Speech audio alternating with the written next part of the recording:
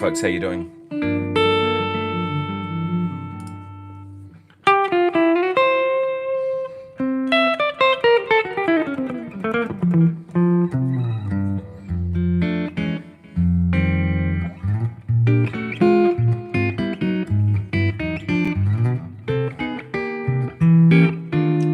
How's everybody doing? It's New Year's Eve, and I have no gig.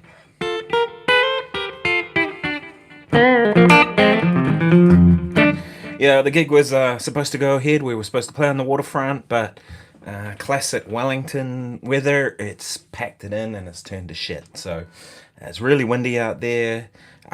Personally, I thought the call was made a little early. They made the call this morning at about 11 a.m. to can it.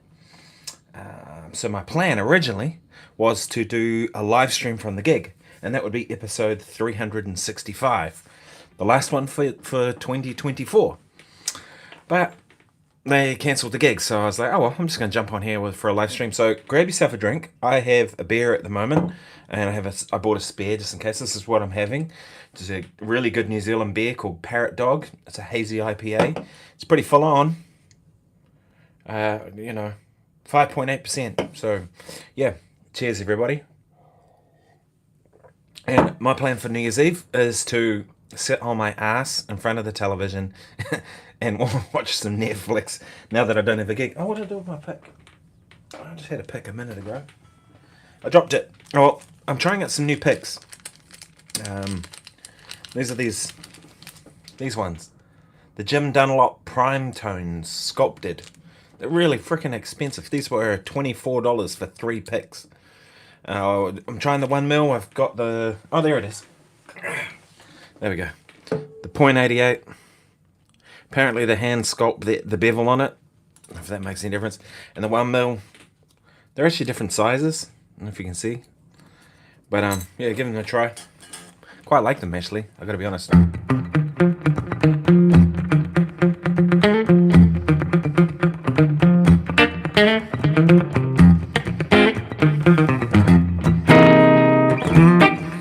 So there's a part of New Zealand called Gisborne, for people that are overseas, which the bulk of you are usually. Gisborne in New Zealand is actually the first place in the world to see the sun. Yeah, so at the when every new year comes around, that's the place to be. And there's a big music festival there. I think even they got kind of nailed with the weather, and there's no New Year's Eve concert going there. I think that's where Rhythm and Vines is.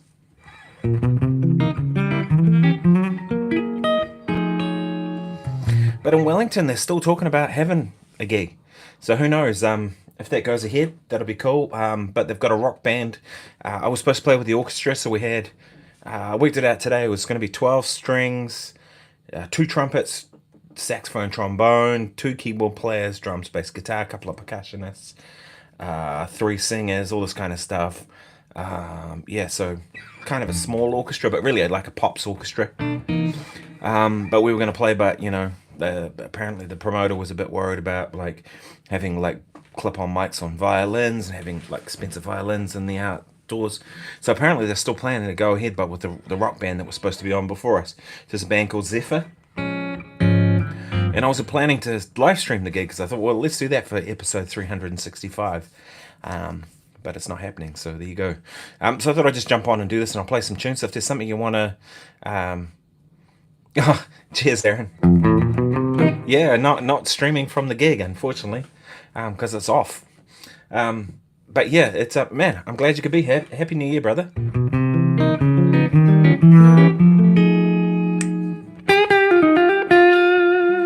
And it's funny, I did a video the other day about the gear I was going to take, and I was thinking about taking my Les Paul, actually, which is just sitting over there.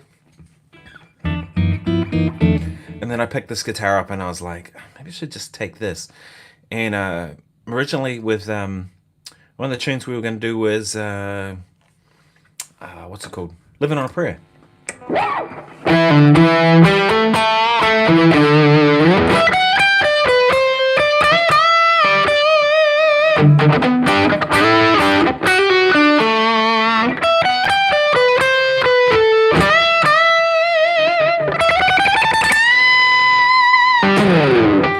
this sort of stuff, and they're big kind of epic songs. So I kind of want to use the Les Paul for that stuff.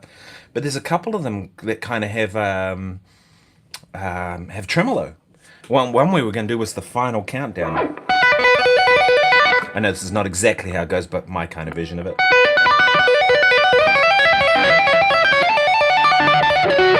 But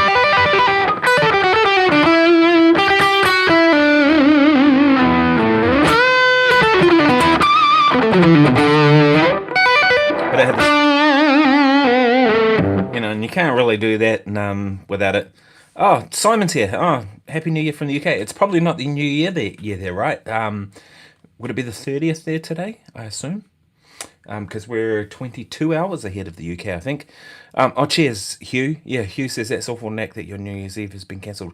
We want to know how much work you put into it. Yeah, that's the thing. Like, gigs like this, I mean, the pay is okay. It's pretty average, to be honest. I actually had to fight to kind of get it kind of to happen, at least on the payment level that it was last year, because it was going to be looking at it like it was going to be less. But the thing with it is it's like I want to play. I don't want to be sitting at home. I mean, New Year's Eve's the biggest night of the year, usually in Wellington, and I want to play, like put all this work into these tunes. So that's why I thought I'd jump on this and just do a live stream instead. So another way to play for you all instead. But I was seriously considering taking this guitar, but I thought that could have kind of been a bit weird. I would have been taking 2 Paul Reed Smith guitars. Because I kind of, after I made that video, I was kind of thinking about it. I thought, I really want to have my Telecaster there, but it was really only going to be a backup. And I was like, do I really want to carry a third guitar? Because the access to this venue is pretty bad. It's down on the waterfront, and there'll be a lot of people. So I was like, I only really need 2, one and a backup, right? And then I thought if I didn't have one and a backup, I might as well take 2 options. So I thought humbucker guitar and then the P90s, which is more like kind of a fat Stratocaster type guitar. Oh, so this New Year's Eve there, Simon. Oh, cool.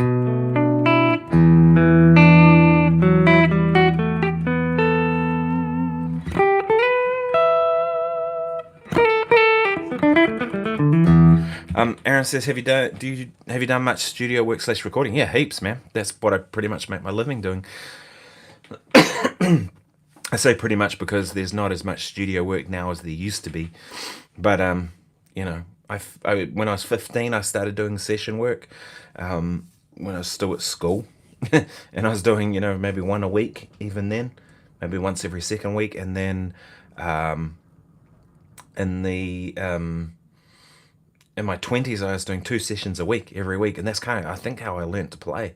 And then a lot of those shows we did, like Dancing with the Stars and TV shows like that, I saw them as sessions. They were essentially recordings, but live recordings, Yeah, definitely. We should catch up. That'll be great. I'm around till January 10th, so that'd be the time to get it done. I did think about taking the DGT and using this for that gig. The only thing with it, I find, is I'm not crazy about the coil tap. It works okay.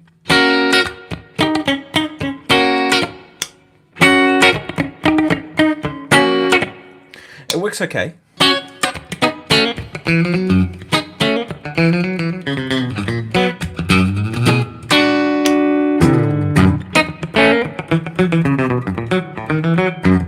But there were a heap of tunes that were...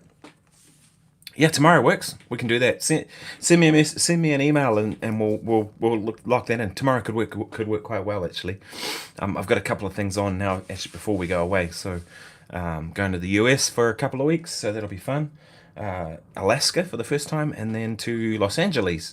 This will be my 11th trip to LA, which will be great. I'm going to the NAMM show. This guitar's getting a bit scratchy too in that part, I've noticed.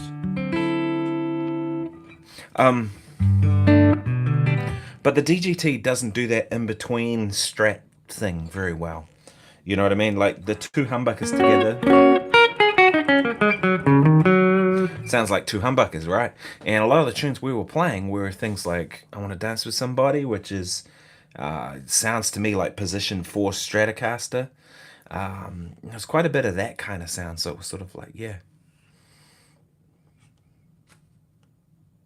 Oh man, if you want to do that, I'm happy to do that, Aaron. That'd be cool, man. Yeah. I've never live streamed a lesson I've done with a student before, so that could be kind of interesting to see kind of what people thinks. Nick, hey, how you doing, man? He says, hey, I was wondering if you have any tips on how to use the Barry Harris scale chords, or I guess any tips around getting a more polyphonic sound. Yeah, that Barry Harris stuff is awesome, isn't it? Especially that stuff around the diminished scale. I don't know that I could explain that any better than he does. It's really good. I've seen a bunch of videos of guitar players kind of breaking that down and kind of showing how that is, and most of those were really good. To be honest, I don't remember who they were. They were just something that I saw, I kind of got the information from and then moved on. But there's a bunch of them out there, so that might be your best way to go for that kind of stuff. There's probably some stuff online if you go on Google and just Google Barry Harris guitar tips. There's probably some. I think I vaguely remember seeing something on PremierGuitar.com. I used to write for Premier Guitar, so I kind of check out some of the articles that are on there and see that stuff. Cheers, everybody. Happy New Year's. So I check out what's on there, and I remember seeing something about someone teaching some Barry Harris stuff, but I might be confusing that. I'm not sure. But yeah, so that's it. To get any tips on getting a more polyphonic sound. Yeah. So what I would say is start by just trying to harmonize something simple, right? Let's take a simple tune.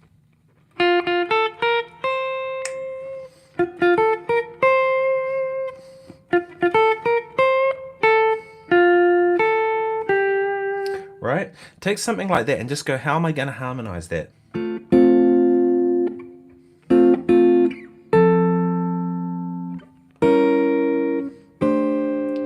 So all I did there was I went F with an F on the top because that's the first note of my melody, and then an F7 for the next one, and then there was a B flat note.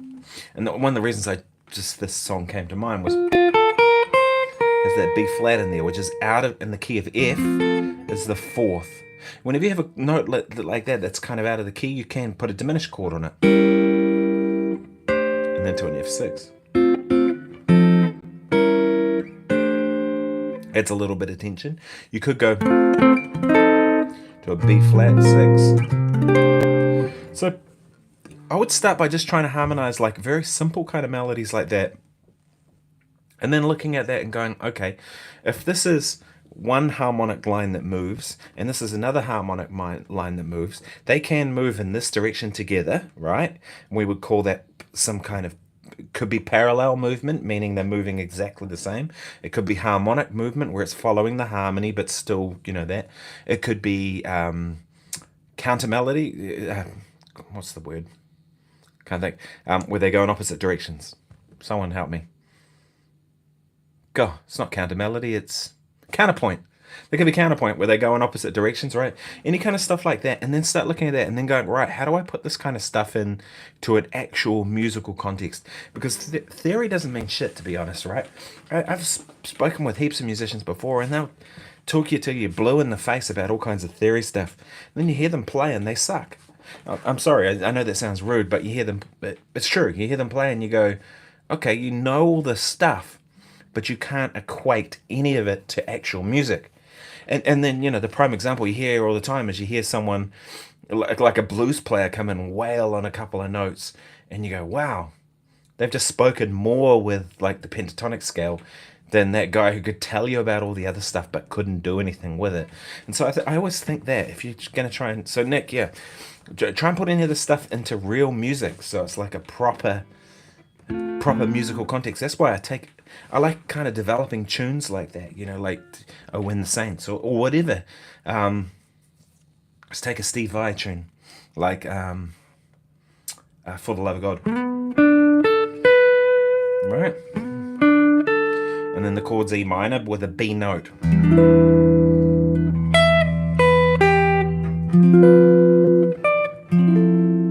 used this song as an example before.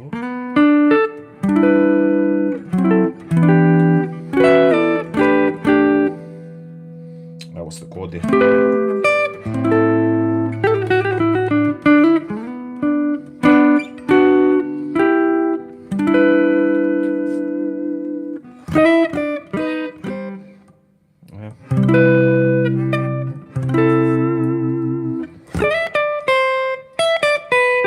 Yeah.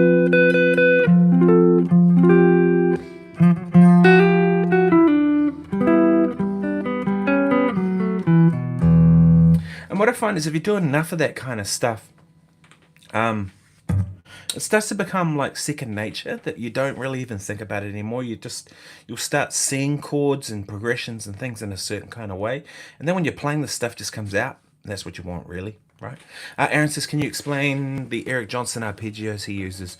I know John Cordy's done a bunch of stuff on that. Might be worth checking out Cordy's channel. John Nathan Cordy, and he has a lot of really good stuff on Eric Johnson's stuff, far more than I do. I've definitely checked out some Eric Johnson. I remember learning Manhattan back in the day and Cliffs of Dover and a few of those tunes, but I'm definitely no specialist in what he does. But he's great. I love Eric Johnson. Definitely. Cheers. Maybe that's something we could discuss then, if it can make sense.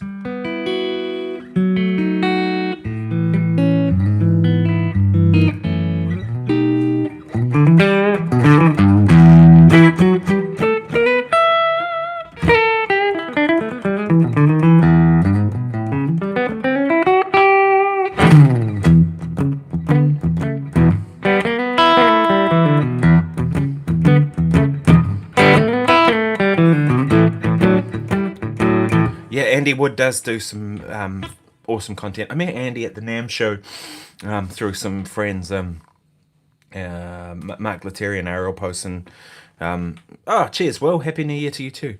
And Andy, he's a nice guy, and I was chatting to Andy and I was like, man, you have a plan to come to New Zealand? And I said, let me know, we'll hang on, we'll put a gig on, whatever you want to do. And he said, do you think they'd actually let me into New Zealand? He probably doesn't even remember, because it's one of those nights where it was like a random hang gig after the NAMM show, and I think everyone had a lot of beers, so cheers to that.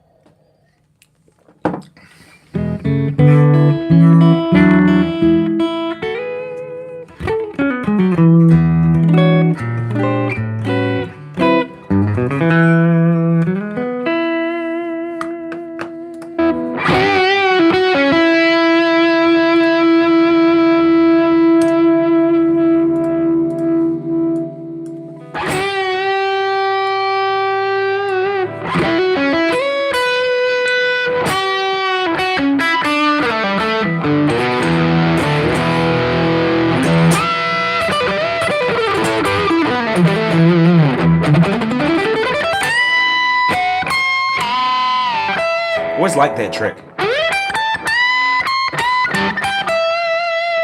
What you're doing is bending up a normal tone, and then put your little finger on the bent note.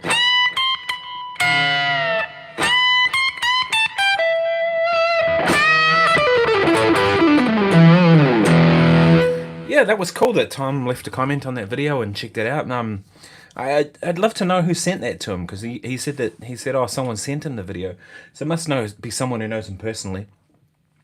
I mean, guys like that, I'm a huge fan of his playing. I think he's amazing, and I knew of him long before YouTube. I think that's one of the gifts that COVID gave us, of all the shit that it did in the world, and kind of messed people up in the world and the economies and all those sort of things. And of course, some people died, which is bloody awful, from COVID. The one gift it did give us was Tom Bukovac regularly posting on YouTube, because that guy's awesome. And I knew it, like I said, I knew of him before, because I kind of paid attention to a lot of the studio guys, and he's the king of the studio guys, and always has been, or has been for a long time. But yeah, it was nice of him to reply back and leave a comment, so he didn't have to. But he's just a guy, and I've kind of always been of that attitude, like as soon as you start fanboying too much, then because I've been very lucky to meet a lot of my heroes, and in some instances play with them and do stuff, and the worst thing you can do is fanboy too much when you meet someone like that, because all of a sudden they'll just be like, but if you kind of just be cool and hang and play your ass off, if you get a chance to play, then people kind of go, okay, cool, it's like they're just realize you're like everyone else, because everyone is really, right? Even though, like,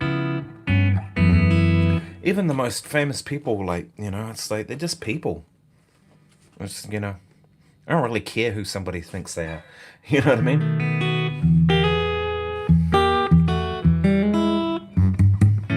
And does it really matter if someone gets recognized out in public? You know what I mean? Like, that's cool. Like, they had a good gig. Great.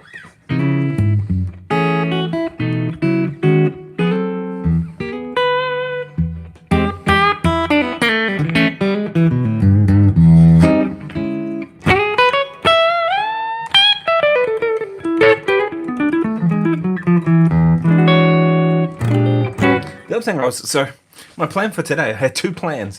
One was to stream the gig, because that was what I thought I'd do for episode 365. And of course, the gig's been cancelled because of the weather here. It's turned to shit.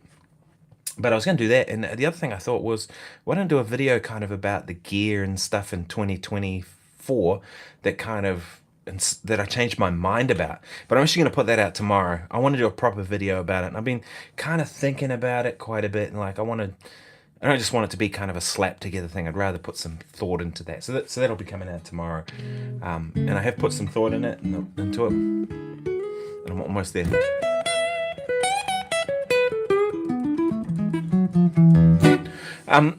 So Hugh says, "Hi Nick, are you aware of Carlos Rios played on Brother to Brother by Gino Vanelli?" I know of, yes. I gotta say, I haven't really listened to Carlos much, but legend, right? And Alan Hines, I know Alan Hines. He says, "I love their playing." Yeah, Alan's great. I did some, I was in Los Angeles. I was staying with my friend Bruce Foreman, and Bruce was doing a workshop thing at Musicians Institute in LA, and he was like, "Man, do you want to come down and do one of these?" So I ended up doing like some teaching at MI when I was there. And we did that. Instead of guitar lessons, they don't do guitar lessons. It's kind of an unusual format. So instead of having a one-on-one lesson with a tutor, they don't do that. What they do is what they call open counseling. So I was one of the open counselors for a while I was there. And I think you have a 2-hour block. Maybe it's 2 hours. And what they do is each person's in a room and everyone's there at the same time. And what you do is you can just go from one room to the next and just ask whoever you want. So, I was in one room, and students could come in and they could ask me stuff, and then there might be nobody for a little while in your room, and then they go into the next room and they kind of just pick everyone's brains. It's kind of a cool way of doing it.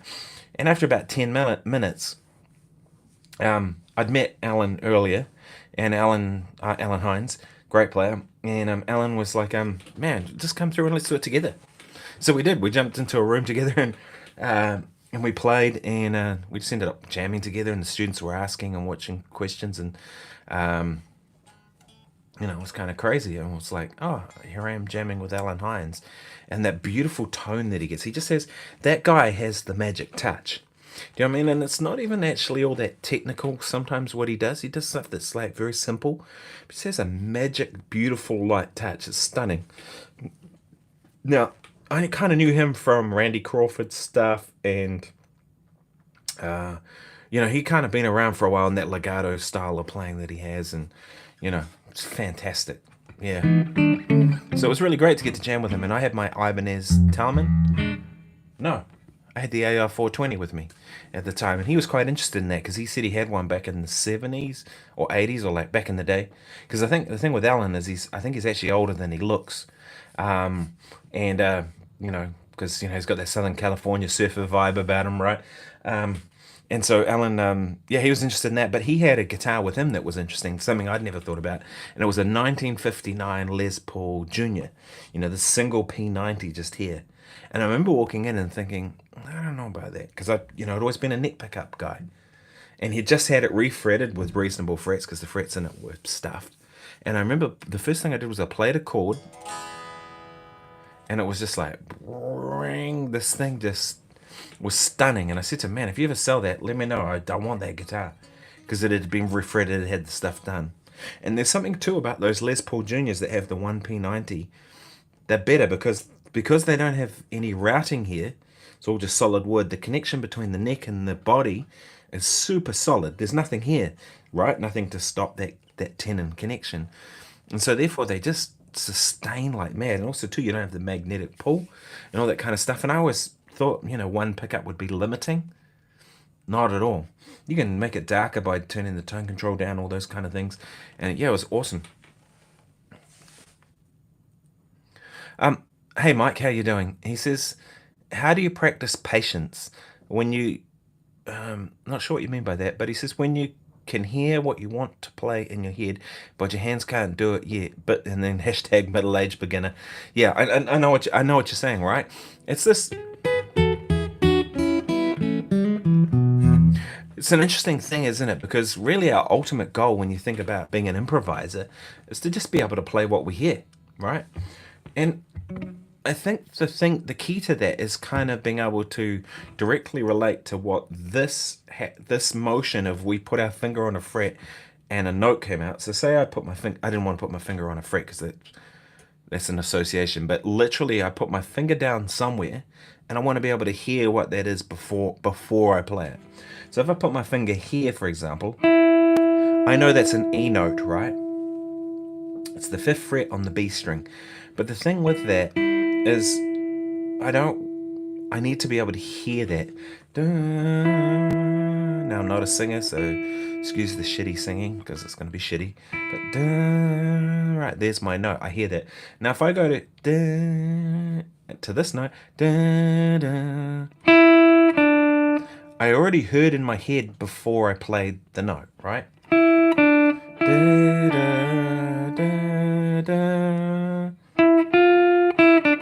I'm not a singer, so I hate my voice, don't get me wrong. But I think that's a big one, is just start singing what you play. And what will happen is you'll get an association between a sound and a place where your finger is on the fretboard, right? That helps a lot. I think one thing that helps a lot too is learning what other people do. Because if you sit down and you transcribe some licks that, and you can use tab, but I don't particularly like tab. And even written music, like I'm a reader, like that's something I do. My gig tonight was all reading. But even reading, you're then it's like it's an eye thing instead of, yeah, you're trying to hear it. But I think, how do I put this? The key thing you want to be able to get is to get your ear connected to your hand on the instrument. Does that make sense? So I think when you transcribe something, you put it on a recording on, and you pause it after you hear a note, and you go, oh, it's that note, and then you rewind a little bit, and you play it again, and you go, do do, and you hear 2 notes now, right? What's happening by doing that is you're hearing things in relation to your instrument. Does that make sense? So that helps too, for sure. So not only are you developing your ear, you're developing your ear to your hand, to your instrument connection. Super important. You're also developing your own vocabulary, licks, phrases, all that kind of stuff. I remember seeing a thing back in the day where it might have been Paul Gilbert said that if you learn every note off your favorite album, by the end, when you finish that, you'll be a fantastic player. It's kind of an interesting thing, isn't it? How many people here have actually learnt every note off a favorite album? I know I have, but granted, when I did it, it was back in the day. I haven't done that for a long time. I did it with Surfing with the Alien, and I did it with I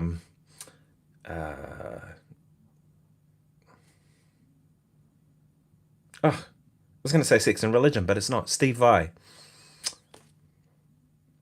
God. My brain's not working. I got to stop reading comments too instead of like focusing on what I'm saying. Oh, it's got For the Love of God on it. I played it, and Passion and Warfare. Thank you very much. Thanks, Steve-O. God, I can't believe I just couldn't. That's me. Oh yeah, and Led Zeppelin too. So Warren Mendonza, Blackstrap Blues. If you guys haven't subscribed to Warren's channel, please do, my buddy. Yeah, he said I learned most of Led Zeppelin too, and I think for me, Led Zeppelin 4 was probably the one I spent more time with, but Led Zeppelin 2 definitely. Oh, Joel, you're here. Happy New Year to you too. Aaron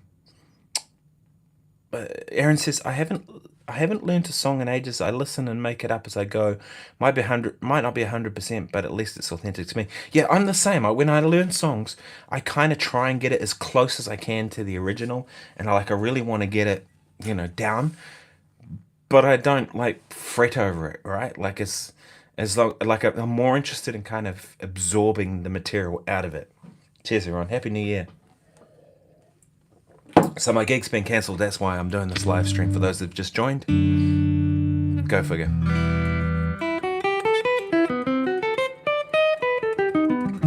I was going to say too, with this, you'll notice this is episode 365. I totally screwed up the numbering system. Yesterday's episode was 352.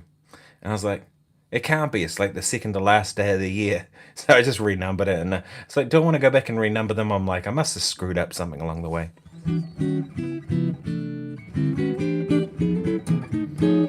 Jade says, have you ever looked at William Levitt's Modern Method and Sight Reading books? Yes, those Modern Method for Guitar Volume 1, 2, 3. I have them on the wall back there, as you can probably see on above the pedal collection. Those are great books. I made all my students buy them when I was teaching at jazz school here in Wellington. Now they are good sight reading, but there's a lot of good materials in that stuff too that are just worth learning. You know, like there's comping patterns and like bossa nova comping patterns and all kinds of stuff. So yeah, I think there's a lot of really good exercises in there and technique things. And so while they are good sight reading books, they're great for yeah. And I'd agree. He says they revolutionized music reading and harmony on the guitar for me. I'd agree. That's what it did for me too. Steve-O says, oh, I learned the first riff off Strange by Joe Satriani. It's funky and cool. Yeah, I remember like back in the day learning, you know.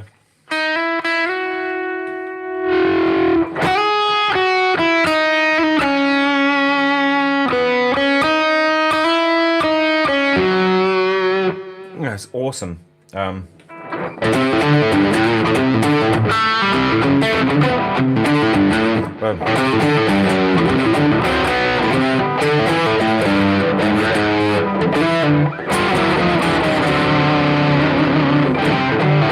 Whatever it is, it's been too long.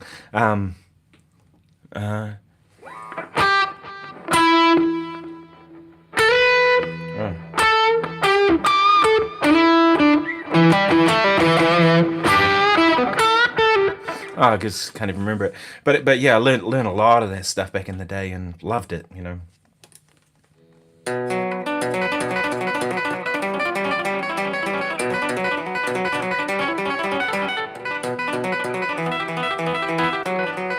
Should be Nick pick up more.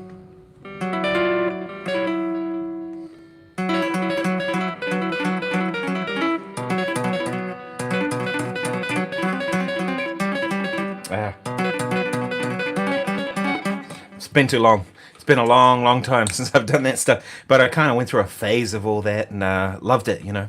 I think it's really important to do that, even if you don't, you know. That's definitely not the music I play anymore, but it's still influenced what I do now, for sure. Jade says, every little exercise in those books just bleeds musicality. I think so too. My favourite Satcher, Mystical Potato Head Groove thing. I love that too. Emma's Time Machine. Yeah, same. I love those tunes. Warren says, Blackstrat Blues says, I'm still trying to play Jeff Beck's Where Were You correctly after all these years. Yeah, that's a good one, isn't it? I went through a big phase of Jeff Beck. And actually, when I was at music school, I did a diploma in music back in the day. And for my final recital, because that's all you could do, there were no degrees in Wellington at that time. And when I did the diploma, I did Brush with the Blues. I played that as part of my recital. And I remember I kind of ripped into the solo because I was right into that kind of stuff and played all my Jeff Beck isms. And the guy, one of the assessors, who was one of my guitar teachers, after the end of it, he kind of fell off his seat and he goes, dude, you absolutely killed me with that. Because I fell off my seat. I thought that was pretty funny. Ice Nine is great, isn't it? Yeah, totally. I love that stuff. Satcher's a legend, you know. I got to see him at the Taranaki Jazz Festival. My band was playing there, and they had this cool thing. I'm going to open another beer, people. So if you grab a drink, we could be here for a while. At the Taranaki Jazz Festival, what they did was they put on a guitar festival for maybe 3 or 4 days, and my band played. We were first, and then Gilby Clark was second, straight after us, and then Vernon Reid was on third on that particular night. But what they did was any of those that play any of the kind of major concerts, they gave you festival passes. You go to anything you want. And the following night was Joe Satriani, so I went to that. And, it was amazing to see him play. Although, oh, lost sound. What have I done? Can you hear me okay? Uh-oh. Can you hear me okay?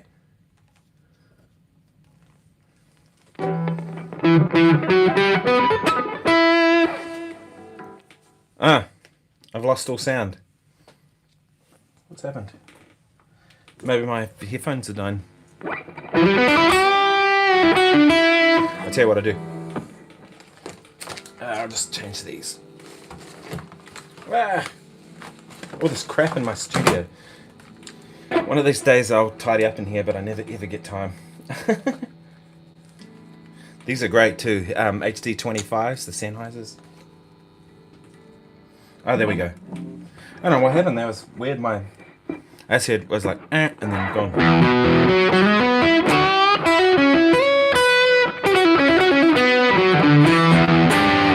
Okay, so where were we? Yeah, they are in-ear monitors. So Aaron says, or earplugs because you can't stand your own playing like me. I remember seeing this busker that used to be around town, and he used to have earplugs in, and I was like, dude, you don't want to hear yourself, you know. He was playing like acoustic guitar or something. Yeah, no, they're in-ear monitors, and they're just cheap ones, so maybe they've just died. I don't know. That's weird. Maybe the cable came out or something. I don't know. But I lost sound. But so.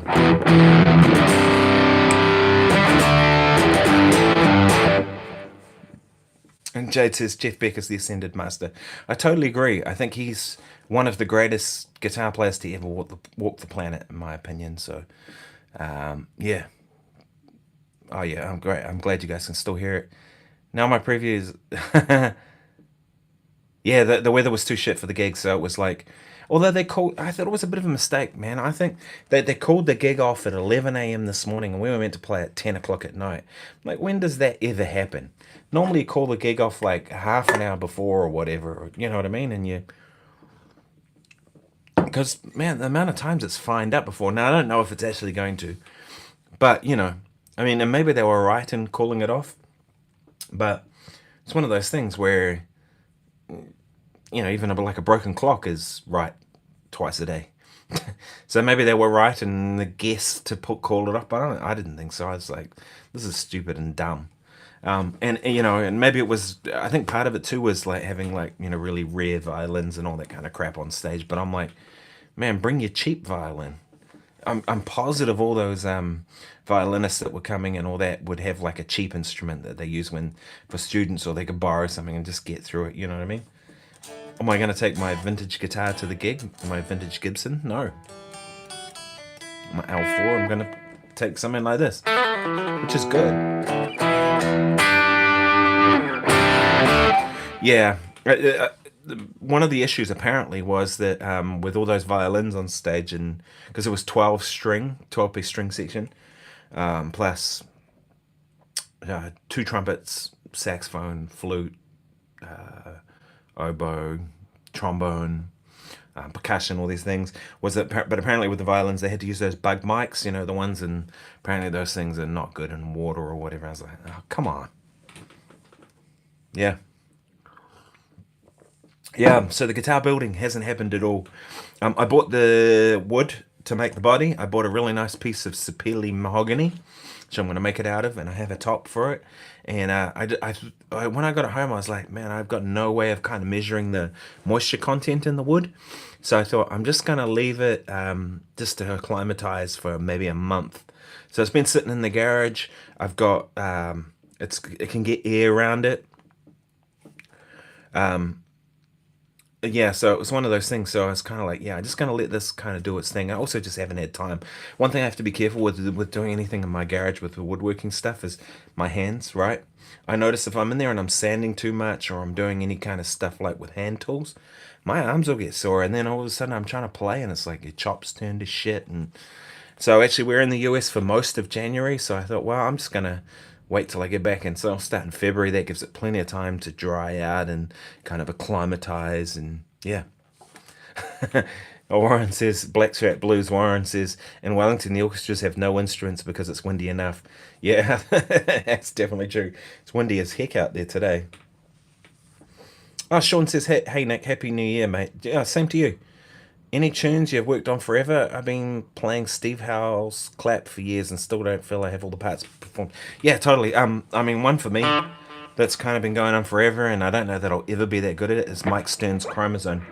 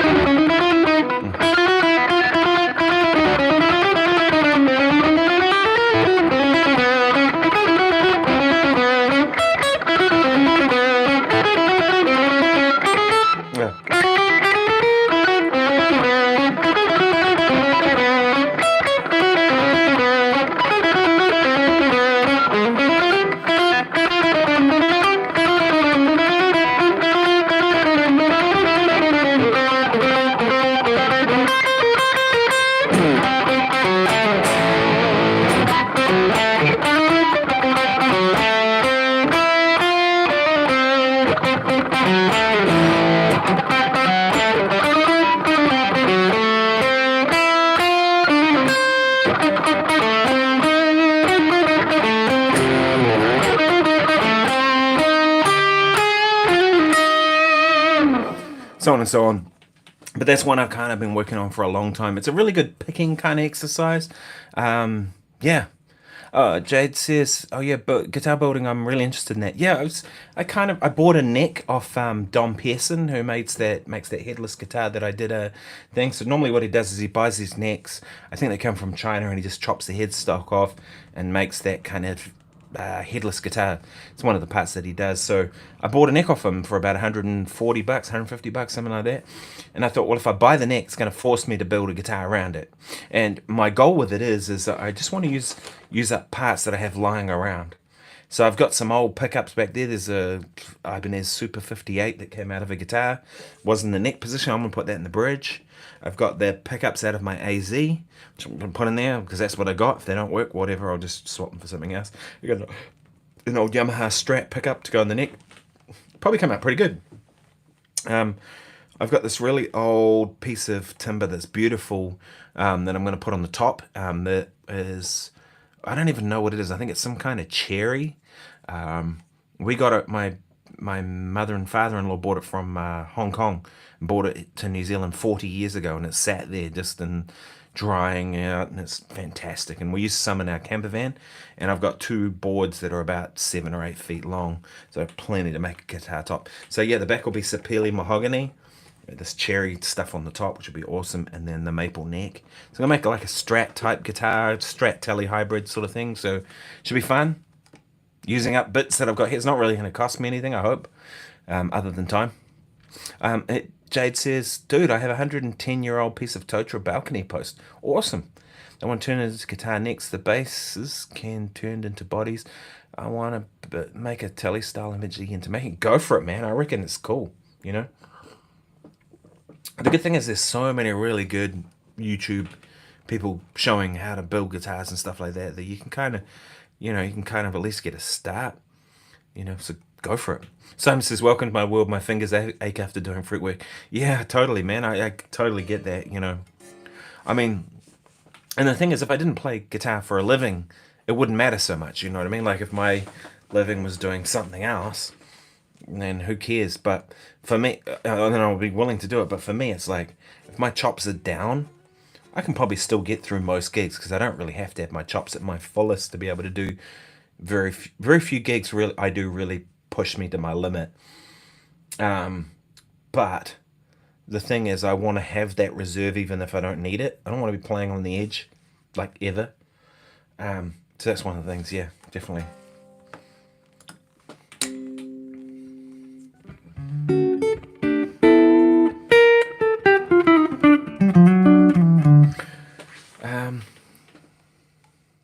Yes, I did check out Stefan. Yeah, he sounds great. I really liked his playing. Well, I didn't find much, but I found a couple of things and had a listen, and yeah, he's great. Um, and Jade says, yeah, headless would make things somewhat easier in some respects. I think it kind of does, like, and the thing is, like, a headless guitar is easier to transport and all that kind of stuff. But to be honest, I'm not crazy about the look of headless guitars generally. I'm just old school in that sense that I like the look of a headstock on a guitar. That's just me. No matter how good it's done, like Steinberg's, whatever, it's like, and I just find that there's a practical thing that I'm so used to when I'm playing. I reach to here to tune. I don't want to have to think about it. Oh, it's down here or around here, like on that Pearson or whatever. And I'm just so used to this. And, I mean, sure, it's knocking off 8 inches, 10 inches, whatever it is, off the guitar. But I'm okay with that, you know what I mean? And the thing is, if I want a guitar to be smaller, to be more portable, I'll do what I do with my Tele, where the neck's removable with threaded inserts, which I've just had done. If you haven't seen that video, check it out. But I took it and got some threaded inserts put in and some machine bolts done, so the neck's removable. And I can actually, so when I go to the US, that's the guitar I'm going to take. Because it's, yeah.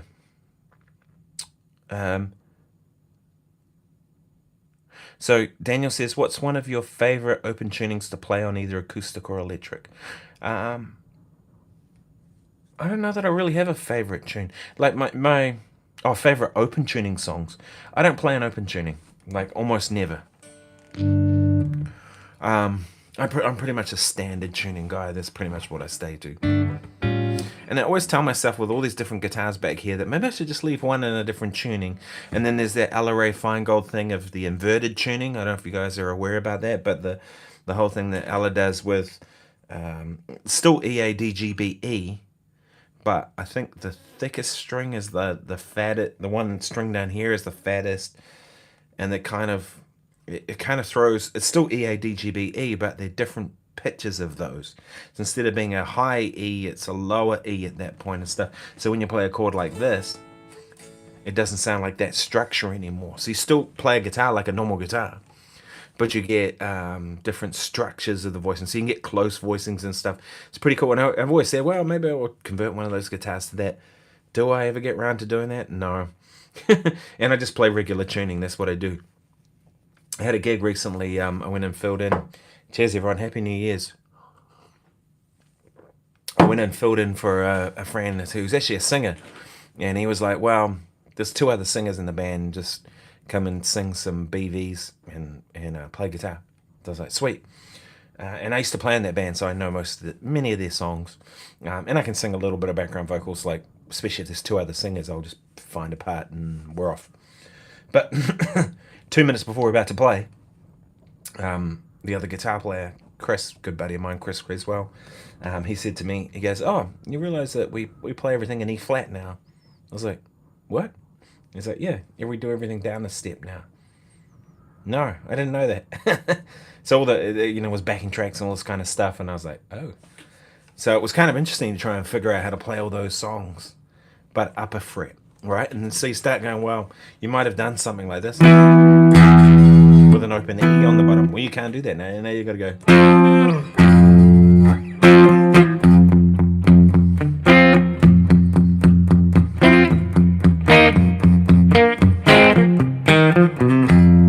Try and figure out how to do them. Here it comes.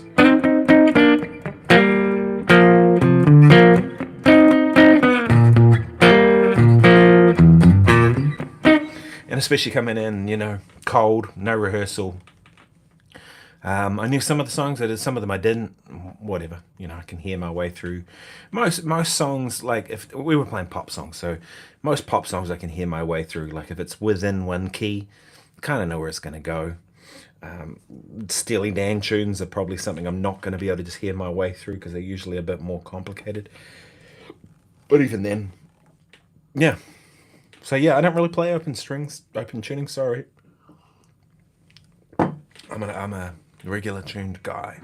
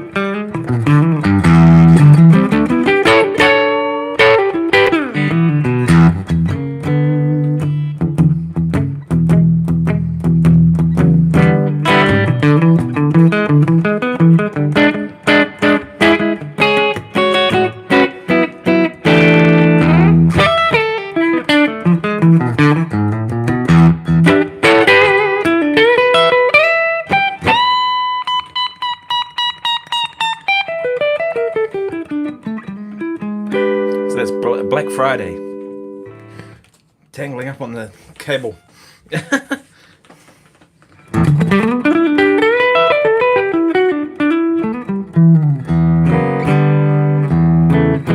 I'm really enjoying this pedal that I'm running through at the moment. So this is my Fractal, as I always use. But I'm running through this OTB custom pedal. I did a video about it. Not a sponsored video. It was just one that... it was a pedal that Owen Barry made, who's... I don't know if you guys know him, but Owen's the guitar player for the Dixie Chicks and a bunch of great Nashville bands and stuff. He's a great player, really good player. And we've been Facebook friends for a while. I kind of knew who he was, and I don't know that we've ever actually met in person, but maybe we have. But he was kind of pitching these pedals that he was making, and I took a punt on it. I was like, I'm just going to buy one. Like, what the hell? And it's a boost pedal.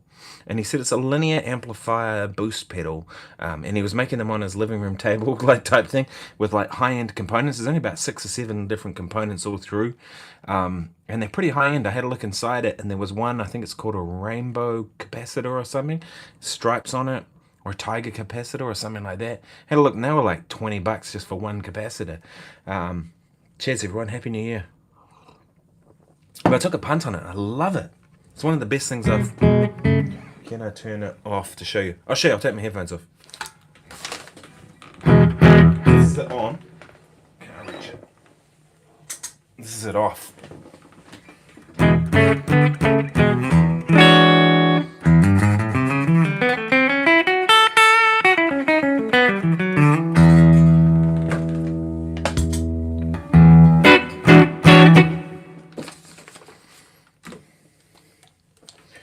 So yeah, you can just see it just kind of sweetens everything up. Jade says, hey, thanks so much, Nick. I'm going to go watch some surfing with the kids before bedtime. Have a great New Year. Yeah, thanks, man. Same to you. Happy New Year, dude. Oh, Aaron, you don't have to send me a tip, man. I appreciate that. Thank you for the tip. Yeah, I've been trying to do these live streams every Sunday with this whole daily thing that I do. But I was going to live stream the gig today, but the gig's off, so here we are. So, oh, thanks, Aaron. I appreciate that, man.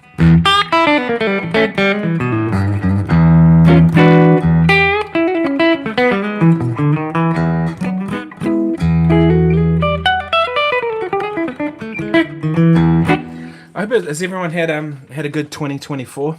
I think for me it's been a kind of a tough year in a lot of ways. Lost a dear friend of mine, Roger Fox, a big person in my life, someone I worked with a lot, and so that was kind of a tough part of this year for me. Gigs have kind of been shit, actually, to be honest, this year. There's been some really good gigs, but there's been some gigs where Wellington's in a messy place at the moment with all the job losses here. So it's meant that gigs are kind of all over the place. And what happens is, as soon as people kind of in financial hardship, they stop going out to gigs and they cut back on the arts. And I totally get that, I understand, but it is what it is. I don't know if it's like that everywhere else in the world. We'll see when I get to the US in January. January 10th we'll be there. I've heard it's a bit more expensive there than it used to be. But Wellington's definitely out of control. Yeah, Daniel, they cancelled the New Year's Eve gig, so the weather's turned to shit. It's really windy out there, which is probably the biggest problem. I think rain is one of those things that as long as you've got shelter overhead, you'll be all right. But wind, it's like coming straight at you. So they decided to cancel. But apparently there's another band that's still going ahead at the same time we are. So I guess that was that it's more of a rock band, so maybe they didn't care about their instruments getting wet or whatever. The orchestra people didn't want their violins and their cellos and all that stuff getting wet. No, I get it. So I thought I'd jump on the live stream instead and have a few beers with you all and play some music. And Aaron says, do you still get paid for prep for the gig? Yeah, I assume we're getting paid in full, because the thing is, I've done all the prep. It's not like I can they cancel on the day and I can get another gig to fill it. So either way, they usually cancel on the day means you get paid in full. So it's all right, getting paid for doing nothing. But to be honest, I'd much rather play. I don't want to be sitting at home. Although I'm glad I can do this for you all. But I'd much rather play, and then I could have like chucked my phone up. I was going to chuck my phone up on the music stand, and then just live stream it from there, and then you guys could kind of be a part of the gig. So that would kind of be fun. It's funny, I did that one time at the Blues Club. Just chucked my phone up on the stand. It was a Neil Billington gig. We were doing a duo gig. Guitar, harmonica, bass and drums. And Neil and I were leading the band. We have this band, the Neil and Nick Band. I've posted some videos, you might have seen it. But it's an interesting thing. Someone left a comment and said, "So quit staring at your phone and start focusing on the music." No, it wasn't a Neil Billington gig. What was it? What was the gig? It was something where I was sight reading because I had the music on the stand. That's why I was staring at the stand. But because I'm staring at the stand to read the music, they thought I was staring at the phone. And they said, "Quit staring at the music and focus on the audience." But I'm like...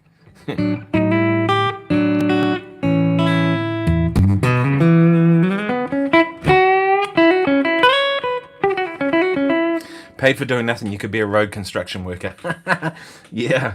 Well, I mean, it's not really paid for doing nothing, though, isn't it? I mean, still had to learn the music and be prepared and change strings and be everything. I'm not paid for the actual hours of work, but that's only part of the gig, right? And that's the thing that people don't realize is like, they come to a gig and they see you play and they're like, "Oh, awesome." And they see the gig and they don't realize just how many hours go into getting that to that level. Even a gig where there's no rehearsal. But I know some people like have an attitude that, "Oh, well, you didn't put any effort into it. You just kind of turned up and just jammed some tunes." But the reason we can do that and make it sound good is all the hours that have gone into it prior to that. And, I've seen gigs which are just essentially glorified jam sessions with some of the best musicians in the world. And it absolutely slays. And the thing is, the reason they can do that is because of all the work that's gone in before.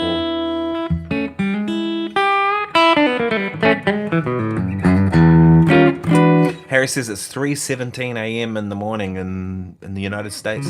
Which part of the US are you in, Harry? It's 9:18 p.m. here.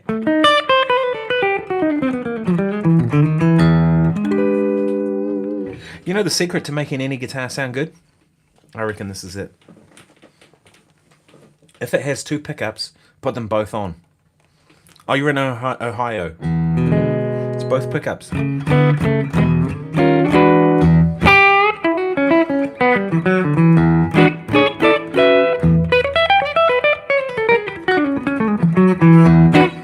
My favorite setting on this guitar, both pickups.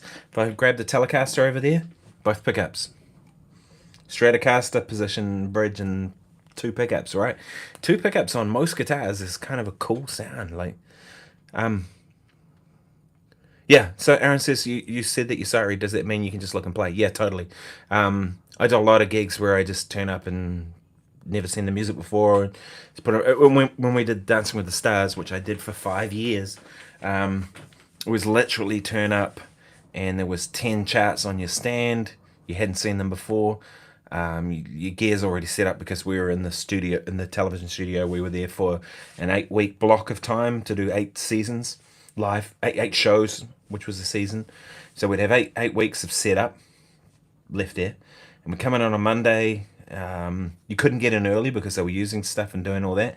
So you come in, I think it was like 10 to 1 for a 1 o'clock hit, and there were 10 or 12 charts on your stand, and you got one run through them, and that was it.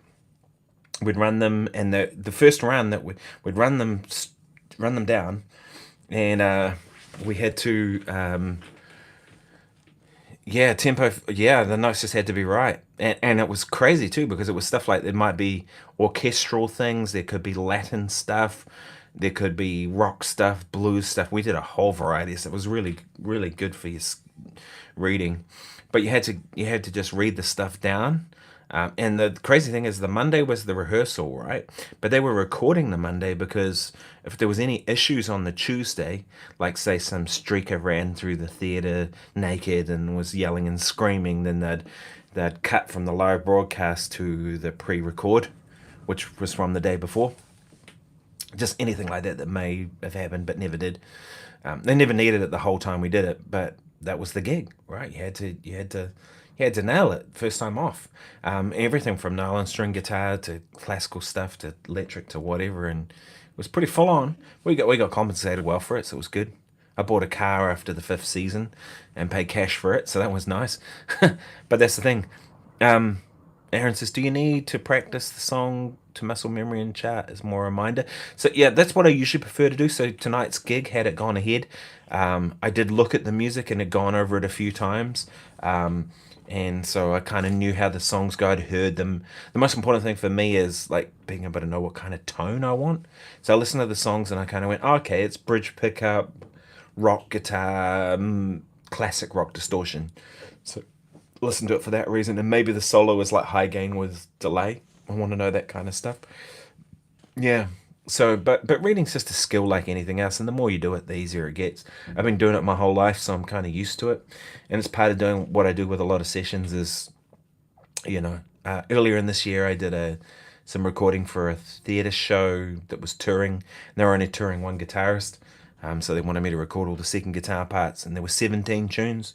We had 2 hours to record 17 tunes. So there's no time to redo anything. Just read it down, play it, and it's done, right?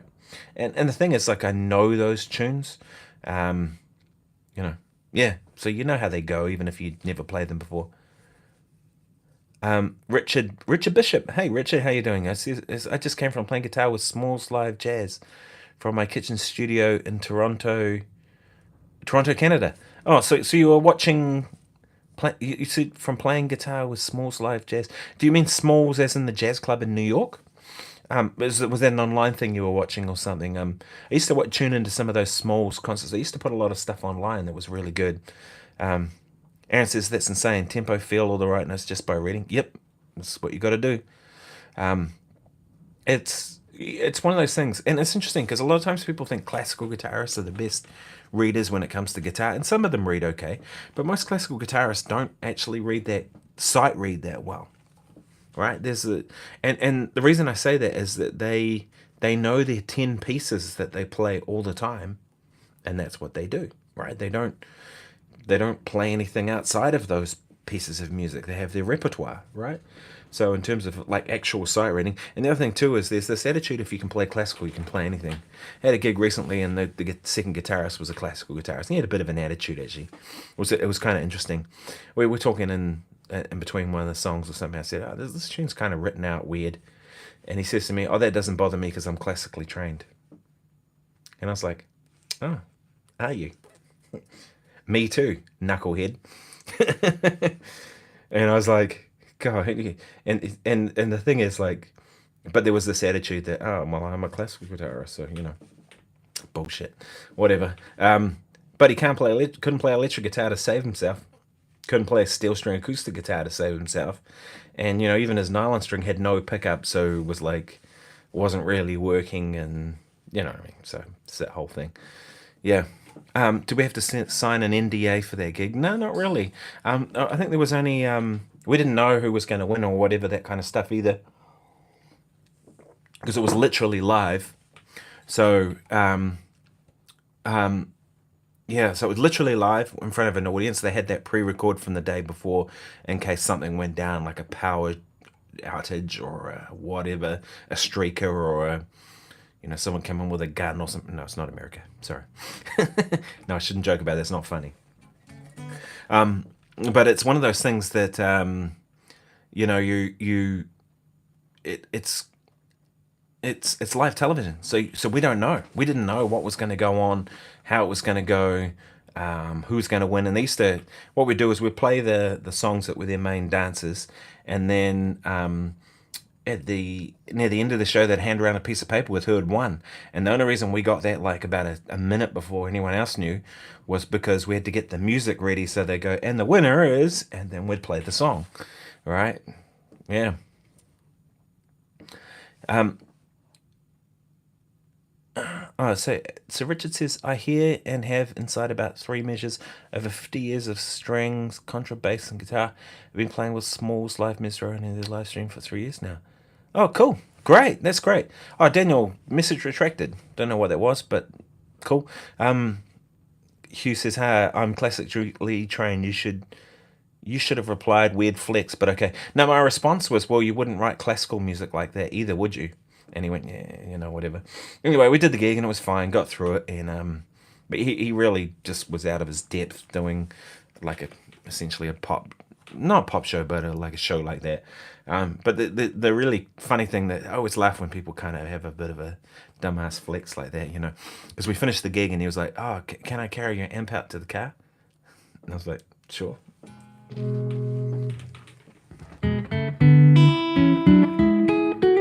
I don't think he kind of meant it. I think he just shut his mouth off and he wasn't. I don't think he meant to be disrespectful, but it kind of was disrespectful.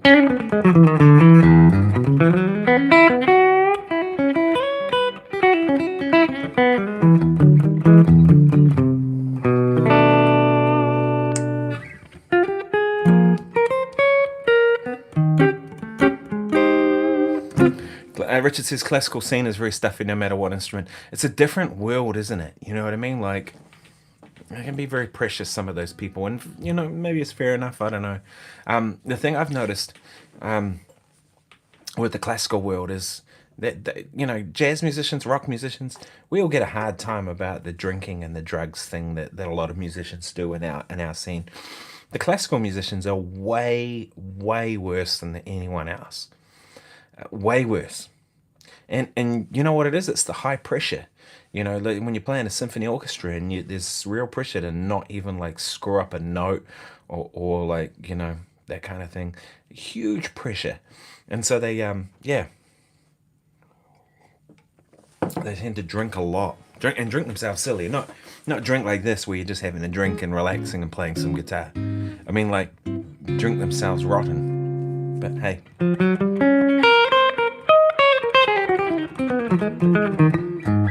So Daniel says, classical really helped me when I was younger to develop good technique, especially when I had carpal tunnel. Oh man, sorry to hear you had carpal tunnel. That's a rough one to have, isn't it? I think it's helped me a lot too. I mean, I couldn't do what I do now without having to play classical guitar first. So I think every musician, whatever instrument you play, should do some classical, for sure.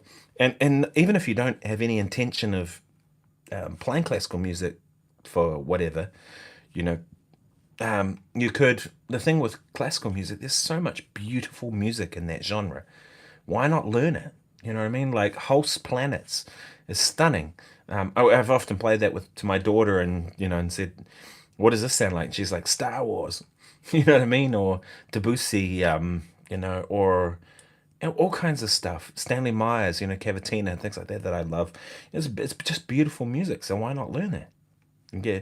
Wilson's just got to say huge thanks for what you've done for the guitar community this past year. It's been brilliant. Oh, thanks, man. I appreciate it. I'm just glad that anyone wants to watch my crap. You know what I mean? It totally blows me away that, that people are into this and the support I get from you all. So thank you very much. It's awesome. And to be honest, like, a couple of times I've kind of caught myself like looking at analytics and that kind of stuff and going, oh, the numbers of this aren't very well. And then I go, actually, you know what? I never started this to care about numbers. And to be honest, I really don't care about numbers still now. Like, and so I kind of put that stuff away and I went, no. Like, I don't do it for that reason. I'm not trying to be famous like some people, on the you see all these people who are like, oh, look at me. I don't give a shit. Like, I'll do this as long as you all are getting something from it. That's why I'm really doing this. And the thing is, what I get back in return is comments like that. Will, so thank you very much. That's why I do it, right? It's because that people, I don't know that the guitar community really needs anything from me when you have people like Tom Bukovac and Guthrie Trapp and Rob Harris and any number of great players out there doing stuff too. But if I can offer something, then happy to contribute however I can.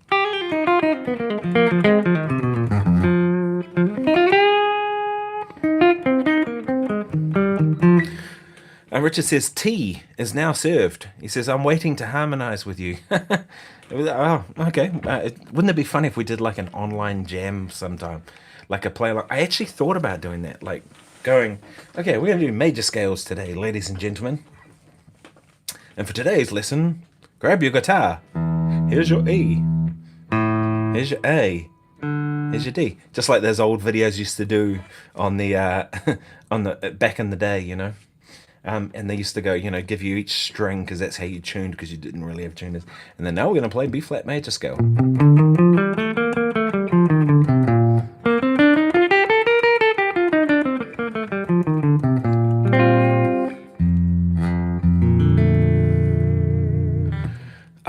Time cures analytics. Yeah, I think so too. Roll off tone and play jazz. Is there a jazz tune you would like to hear, Richard?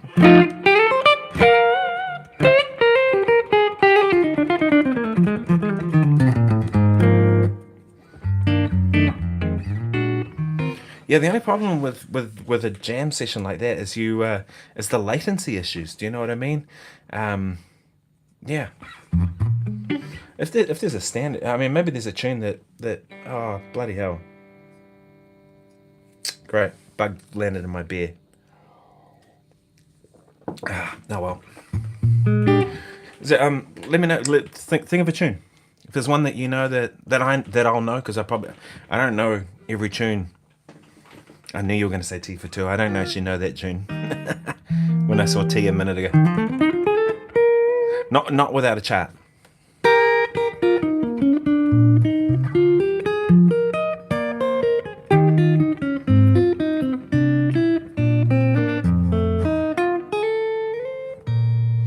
I used to play T for two, but I've only ever played it with a singer like back 20 years ago, and she had a chart for it, and I only ever played it a couple times, and it was in a different key, so that's why I've never committed it to memory.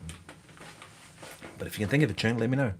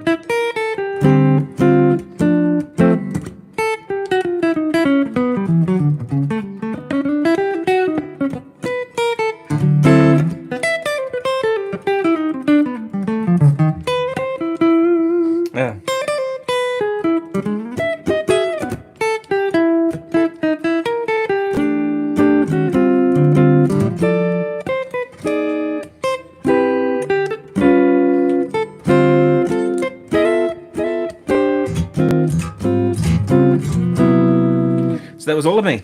There you go. Oh, cheers, man. I'm glad you like it.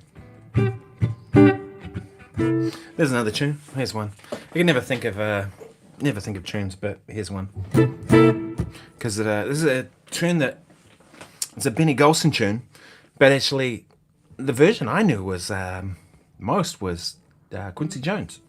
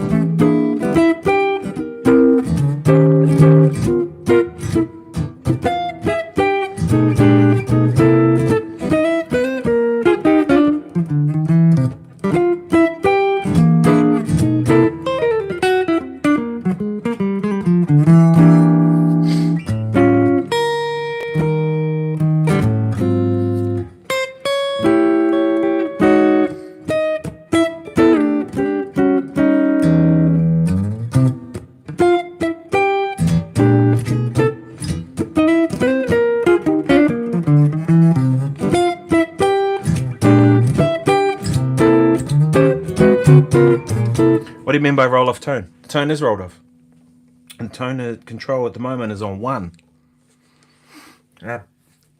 Englishman in New York. Da da da da da da.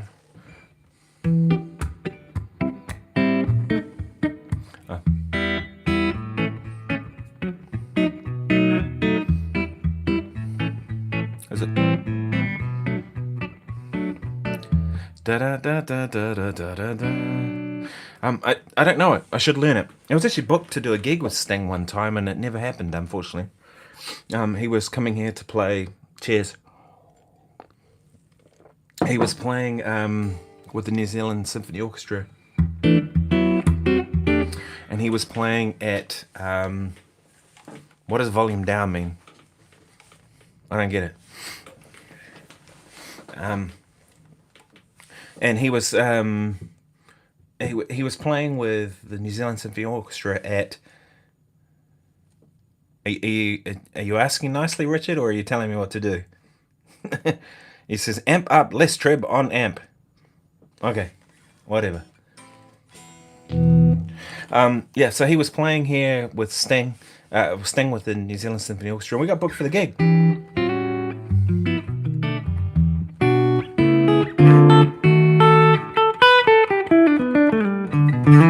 And we got booked for the gig, but he...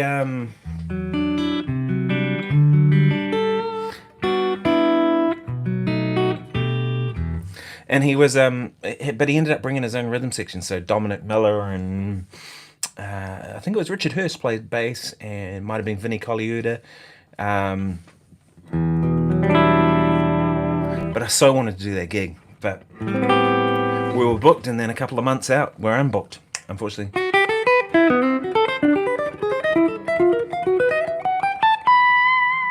It's an interesting thing, isn't it? Like, people think of that jazz guitar tone as being like the really muddy thing.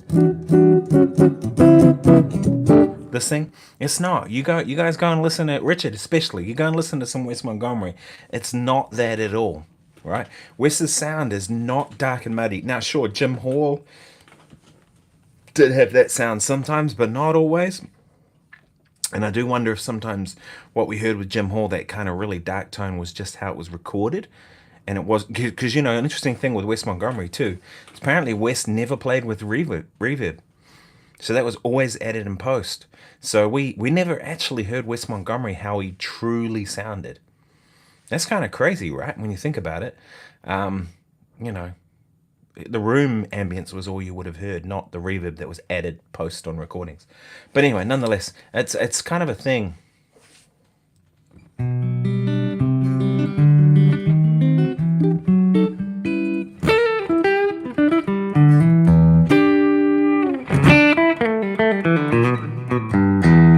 But yeah, so I never actually got to do that gig with Sting. I'd love to have. And the year before that, I was booked to play with just as equally as good was Eric Clapton. Got booked for that gig, and then he ended up bringing his rhythm section as well, so I never got to do that gig either. But I did do the year before that with Chris de Burgh and Olivia Newton-John. So that was nice. And actually, I was supposed to play with Olivia as well, but she ended up bringing her band, which was totally fine, you know. I still ended up playing with Chris de Burgh, and, you know, we did The Lady in Red and Don't Pay the Ferryman and those hits that he had. But Olivia bought her guitar player, which was Andy Timmons. And that was when I first met Andy Timmons about 20 years ago. So, and now we're friends. I'd love to have Andy on the channel, actually. He's a bad boy. And I remember Andy playing, and he turned up, and he was the first person I ever saw play direct. Because before that, you always used amps, right? Everybody used amps. And Andy was playing with Olivia, and he was really her musical director. And he, yeah, which was really sad when she passed away, actually. I sent him a message to say, hey, dude, look, you know, sorry. But yeah, Andy was her MD, and he had one of those Line 6 kidney pod bean things, you know, kidney bean pod things. Do you remember those? The Line 6 pods? And he sounded killer. It's still like one of the best guitar sounds I've ever heard, because I stood out the front for a couple of songs, and it sounded amazing. And I was like, man, maybe there is something in this, you know. And I had my Fender Twin at the time. I had one of those red knob Fender Twins, which I know people like to hate, but come on, man. I heard Robin Ford play through one of those and it sounded killer. And he said those are some of his favorite Fenders. And then I heard John Schofield play, and he had two of those Fender Red Knob Twins, and sounded killer. He sounded so great through those two Red Knob Fender Twins that my guitar teacher, a guy called Caleb Pritchard, went and bought two Red Knob Fender Twins the next day to try and sound like Sco. Sounded killer. Those things are amazing. They're really good amps. Yeah, definitely not the overdrive channel though. Yeah, stay away from that. But yeah, so that's when I fit and said to Andy, I was like, man, do you want to just use my amp, run through that, you know? And so Chris de Burgh went first, and no, Olivia went first. She did her set, and then Chris de Burgh with his Lady in Red and those things was on second. So that was when I first met Andy, and I saw him at the NAMM show last time I was there, which was 2019. So hopefully he'll be there this year. I'm assuming it will be.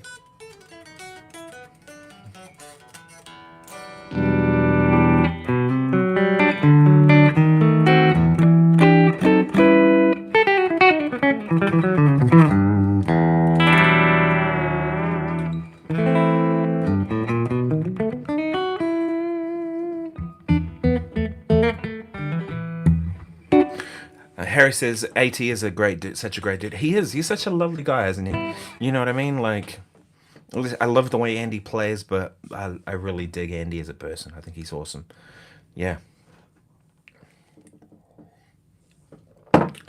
Richard says trim, ha ha ha. I'm gonna play something just for you, Richard. Here we go.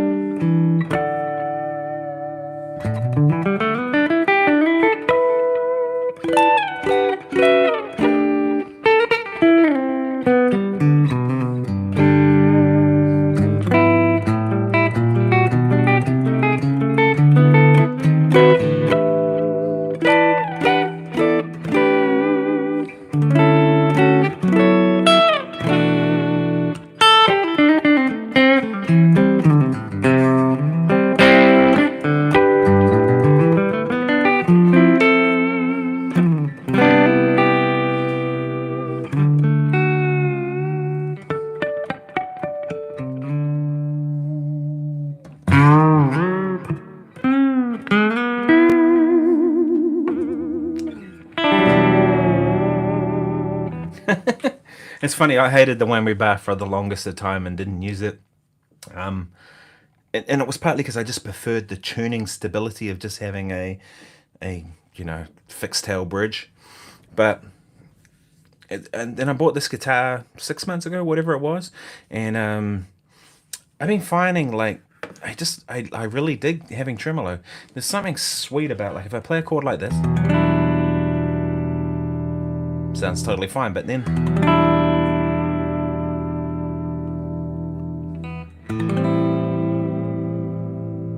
just adds a sweetness to things. Do you know what I mean? I never really like dive bomb or do any of that kind of thing. This doesn't have locking tuners. It's got regular tuners. So I'd probably go all out of tune if I was to dive bomb or do that kind of stuff. But just really dig it. Maybe I will get locking tuners for this at some stage. But I just dig the tremolo. Like, more and more I'm finding I'm really into it. You know what I mean? So much so that I kind of want to have it on more guitars. Oh, cheers, Zeus.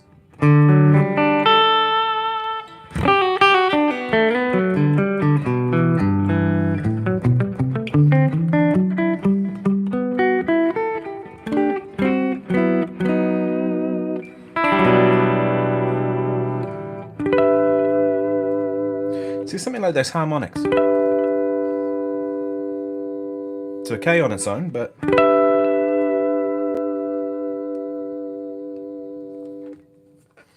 yeah, it's just awesome to have a little bit of wobble on it. As you said, Harry, we all love and not often use them.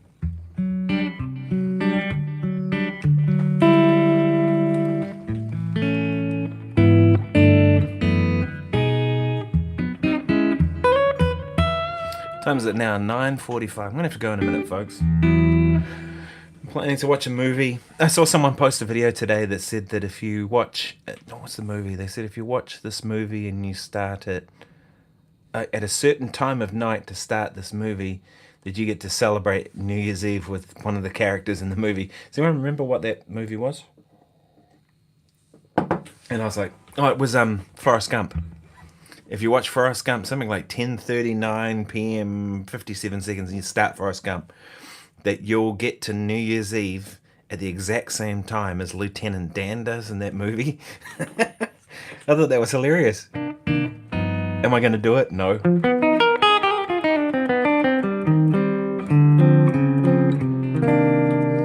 think it was probably my favorite character in that too.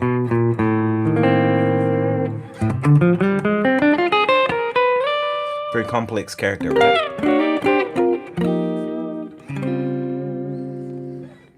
Or Bubba with his shrimp.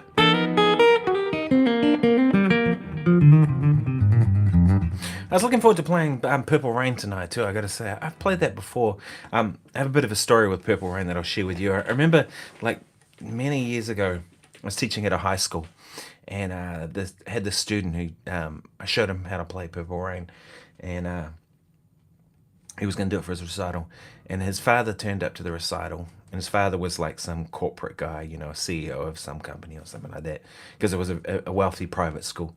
His father comes up to me and he says, "Oh, you're teaching my son?" I said, "Yeah." He goes, "I think guitar is a waste of time and there's no future in music." And I was like, I felt like saying, well, I think you're an asshole. Right? Because here you are telling a professional musician that there's no future in music. Fuck off. Anyway, so I kind of went away from it, and I was like, okay, whatever. Anyway, like just who does that? Like, would you go up to a plumber and say, "Oh, you know, plumbing's a dirty job"? Or would you go up to like a builder and say, "Oh, you're going to hit your hand with a hammer"? You just wouldn't behave like that. Anyway, yet that seems to be acceptable to do to a musician, right? Anyway, this kid gets up there and he absolutely slays Purple Rain. He you know, that solo, he nailed it, you know, and he was like, wow, like, you know, it was awesome. It was incredible. And, you know, his father, I looked over and his father had tears rolling down the side of his face, and I was like, yes. Anyway, next day, this kid walks into it, not next day, like next week, I should say, following week, walks into his lesson with like a really flash brand new Paul Reed Smith, like $7,000 or $8,000 or whatever it was at the time. And so he walks in with this guitar, and it was just like, and he said, "Yeah, my dad was really moved by that performance. He bought me this guitar." I was like, yes. Showed him.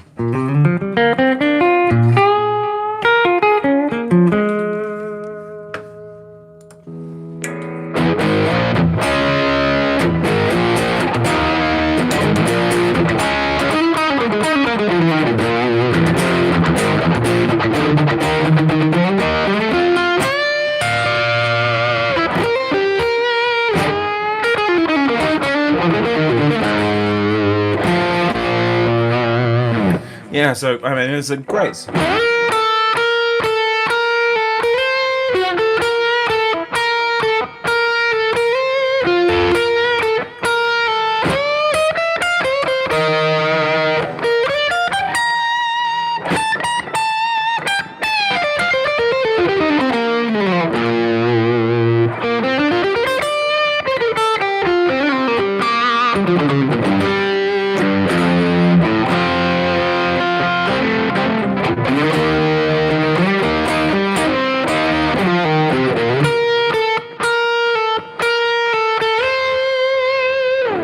So I was really looking forward to playing that tonight, but hey, that's how it goes.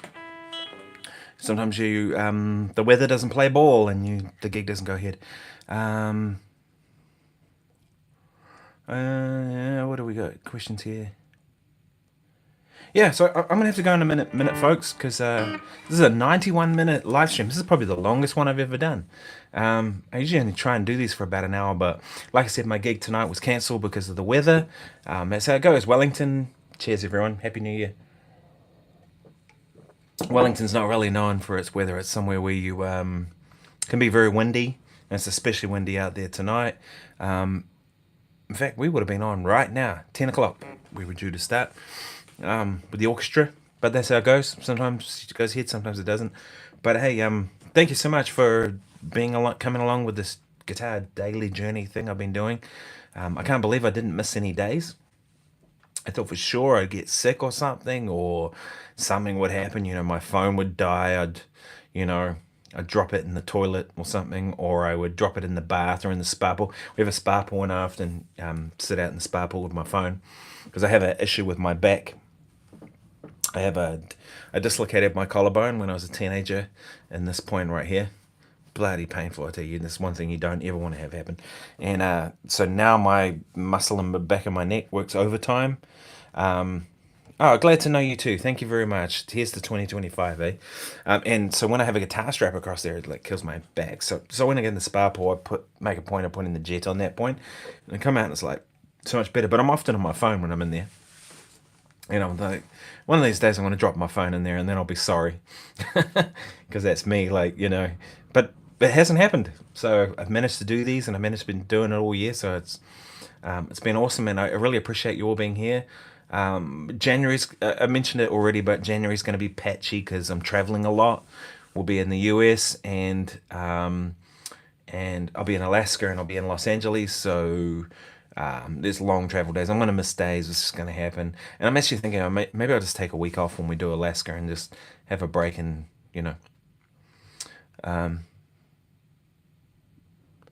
Daniel says there is some hip strap they sell that avoids the shoulder. Yeah, I did wonder that. Like my buddy Roger Mannon's a great saxophone player that played on a couple of my records. He has this saxophone thing that's not a shoulder strap, neck mount. It kind of goes around this point here and comes down to a cross, and it's kind of rubbery and has like a molding that you can kind of mold it to move it where you want. And he was like, man, this takes all the weight off your neck. It kind of sits, and it sort of bridges off this point of your chest to hold the saxophone. I thought there's got to be something like that for guitar that kind of takes it off that point, because like I said, this is where it's weak now. And so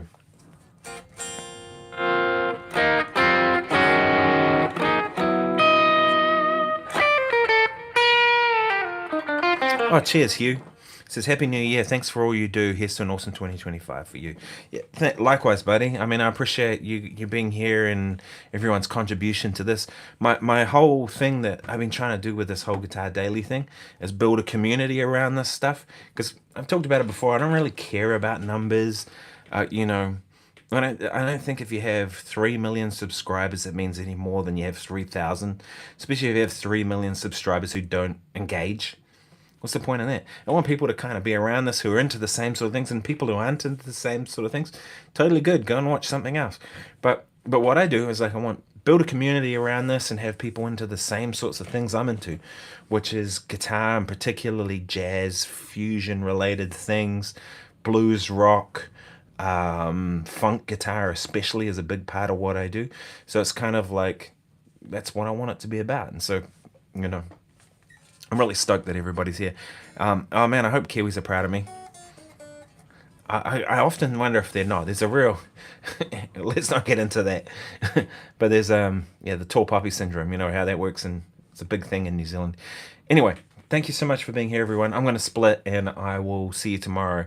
Tomorrow's video will be coming out, and I'll be doing the things I've kind of changed my opinion about in 2024 about guitar, because there has been some big ones for me. The tremolo's one, right? I didn't use tremolo at all before this guitar. Now I love it, and I want to have it. So some pedals that I've discovered that I use that I really like and stuff like that.